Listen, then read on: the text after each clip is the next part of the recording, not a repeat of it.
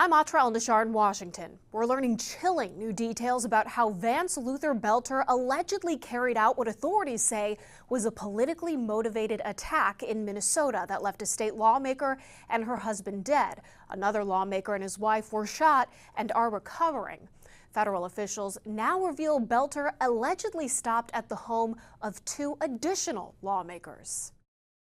Vance Luther Boelter making his first appearance in federal court Monday, less than 24 hours after his capture ended the largest manhunt in Minnesota history. Suspected of carrying out what authorities call a politically motivated, murderous rampage. Boelter stalked his victims like prey. Federal investigators say Boelter first went to State Senator John Hoffman's home in the Minneapolis suburb of Champlin, pretending to be a police officer. He allegedly shot Hoffman and his wife repeatedly. Both are expected to survive. Then, officials allege at 2:24 a.m. Saturday, Boelter arrived at the home of another state rep in nearby Maple Grove. Fortunately, the state representative was not home. She and her family were gone on vacation. Boelter then allegedly drove in his car, made to look like a police vehicle, toward the home of another state senator in New Hope. But local police, having heard about the shooting at the Hoffmans, beat him there to do a wellness check. Boelter then traveled to Brooklyn Park, Minnesota, and the home of Minnesota State Representative Melissa Hortman. Authorities say Brooklyn Park police arrived shortly after Boelter. When Boelter saw the officers get out of the car, he drew his weapon and began firing. He rushed into the house through the front door, firing into it. And when he entered, he murdered Representative Hortman and her husband, Mark. Boelter's federal charges, expected to be prosecuted first, include murder, firearms offenses, and stalking. Will we see the death penalty? It's too early to tell. That is one of the options for several other charges, though. On Saturday, local authorities filed second-degree murder and attempted murder charges against Boelter, allowing them to get a nationwide arrest warrant. These are the highest charges we can file by complaint, and it needed to be done quickly to get the warrant out. Mr. Boelter was taken into state custody, and our office intends to pursue first-degree murder charges against Mr. Boelter. Now that Boelter is in custody, law enforcement says they can start the hard work of putting together a motive and determining whether the suspected assassin is part of a broader network. In Washington, I'm Atra Al-Nashar. Today, an appeals court in California will hear arguments on the challenge to President Trump's deployment of National Guard troops, and the suspect charged in the murders of a Minnesota lawmaker and her husband face a judge for the first time. Joining us to discuss, the former superintendent of the Chicago PD and retired special agent in charge at the FBI, Jody WICS. Good morning to you, sir. Great to see you as always. Good morning. Let's start with the case against Vance Boelter. What is next for him in this case? You know, Jan, there's a lot of work that has to be done still. They're looking for a few things. Number one, you want to know what his motive was. That's really important. And then you also want to determine, was he acting alone? Are there other people involved? Because that could address how you would then form your threat matrix or your security threat. So right now, there's several things that are going to be going on simultaneously. First thing, you want to look for all the physical evidence. They're going to be going through the vehicle, his house, his phone with search warrants. You know, and they're all going to try to tie that evidence back to the crime scene. Then you've got the digital examination. Think what might be on that phone, the messages, the phone calls before this incident took place. They'll be looking at his social media posts, if he has any. They'll be looking at his search histories. You know, he did a lot of planning on this, and that will all tie to his motive and what he was doing ahead of time. You're also, by going through that digital evidence, you're going to determine his network, and that is really important because we have to be sure that there's no other threats out there. So once you find his network, that's when a lot of work starts. The interviews, interview after interview after interview, because you want to find out who might else be tied to this, if there is any other threat that could affect politicians throughout the country. So they're looking for more. Yeah, and also acting alone. Don't you think, whether or not he acted alone, which right now they're saying he did, but don't you think he was on the radar of law enforcement at some point? You know, it's hard to say. You know, you go back to the whole thing with the FBI, they have a small window to look at somebody, and they've got to make a call whether, you know, you're actually a threat or not, because, you know, resources, you can't keep all these cases open all the time. But, you know, he understood law enforcement. He was in the tactical world. He'd been involved with government. So I don't know if it just popped up.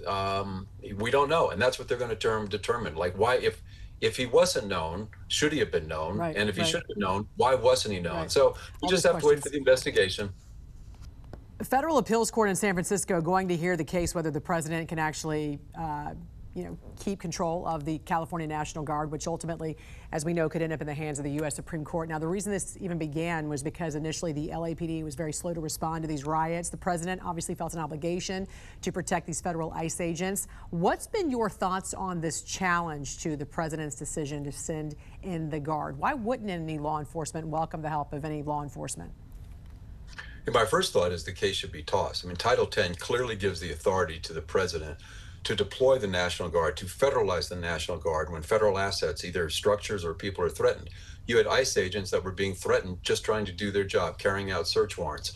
You also had the LA police chief say, we're overwhelmed. So if that doesn't support, federalizing the National Guard. However, I do agree on one thing. He should not have had to have done this. If you had a governor and mayor that cared about their city and cared about protecting their city and its people, they would have moved forward and deployed the National Guard right away. But when you do this, Jan, you have to have a clear mission for the Guard. They can't enforce laws, so you have to give them a clear mission what to do. Had it been me, and I think Jim McDonnell did this, I would have pushed more for mutual aid. I go back to election night when President Obama was elected in Chicago. We didn't call in the National Guard. We didn't see that as a threat, but we had all the surrounding communities send in their law enforcement departments to help us in the surrounding areas around Chicago and the community. So there's other ways to do it, but I think President Trump was on rock solid ground to do this. And you just mentioned the mayor and the governor there, who obviously have been at odds. You just mentioned the LAPD chief, who clearly did not have a handle on the situation, needed some help. Weren't you often at odds with the mayor as well when you were in Chicago? Were there times where you just wanted politicians to stay in their lane and let law enforcement do what they need to do? Well, I think you always want to do that. I was really blessed, and this is 100% true. Mayor Daley gave me a really free hand to run this stuff, and I learned one thing at the FBI: information, feed the beast. We sent him notes probably every day of what we were doing, so he was fully apprised. And I think a smart politician wants to have that level of separation. So if something goes bad, he can point to me at a presser and say, talk to him, he's the police chief. But in Los Angeles, you do not have the quality politicians that you had with Richard M. Daley. Very true. Former superintendent of the Chicago PD and retired special agent in charge at the FBI, Jody WICS. Great to see you as always. Thanks for joining us. Thank you.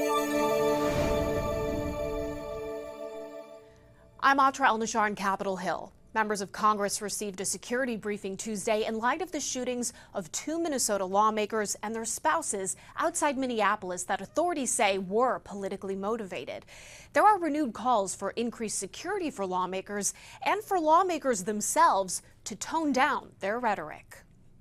Suspected Minnesota assassin Vance Luther Boelter is behind bars, and for some members of Congress, the chilling reality is setting in that their names were on a list authorities say they found in his SUV, like Democratic Congresswoman Hillary Scholten of Michigan. I got the call Sunday night, of course, while the shooter was still at large. Immediately after the attacks, Democratic leadership requested Capitol Police provide extra security for Minnesota's congressional delegation. We are seeing a dramatic increase in threats against senators, congressmen, public officials. It was just Monday a man in Georgia was indicted for allegedly threatening sexual violence against Republican Senators Deb Fischer and Ted Cruz and Cruz's family. In the past year, there were 2 attempted assassinations of then-candidate Trump and an arson attack at the residence of Pennsylvania Governor Josh Shapiro. Usually, a president calls a governor after a tragedy in their state. President Trump issued a statement condemning the violence in Minnesota, but says calling Governor Tim Walz, also a former Democratic vice presidential nominee, would be a waste of time. I think the governor of Minnesota is so whacked out,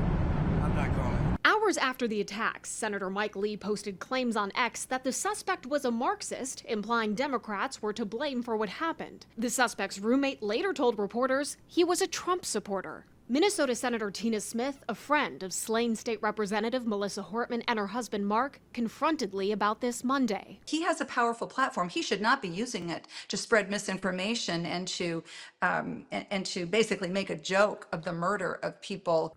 Leaders on Capitol Hill are looking at increasing funding for Capitol Police, which is requesting an additional $176 million for 2026, which would bring their budget to almost $1 billion. Capitol Police say in 2024 alone, they investigated more than 9,400 concerning statements and direct threats against members of Congress, their families, and staff, up from 8,000 the year before. On Capitol Hill, I'm Atrell Nashar.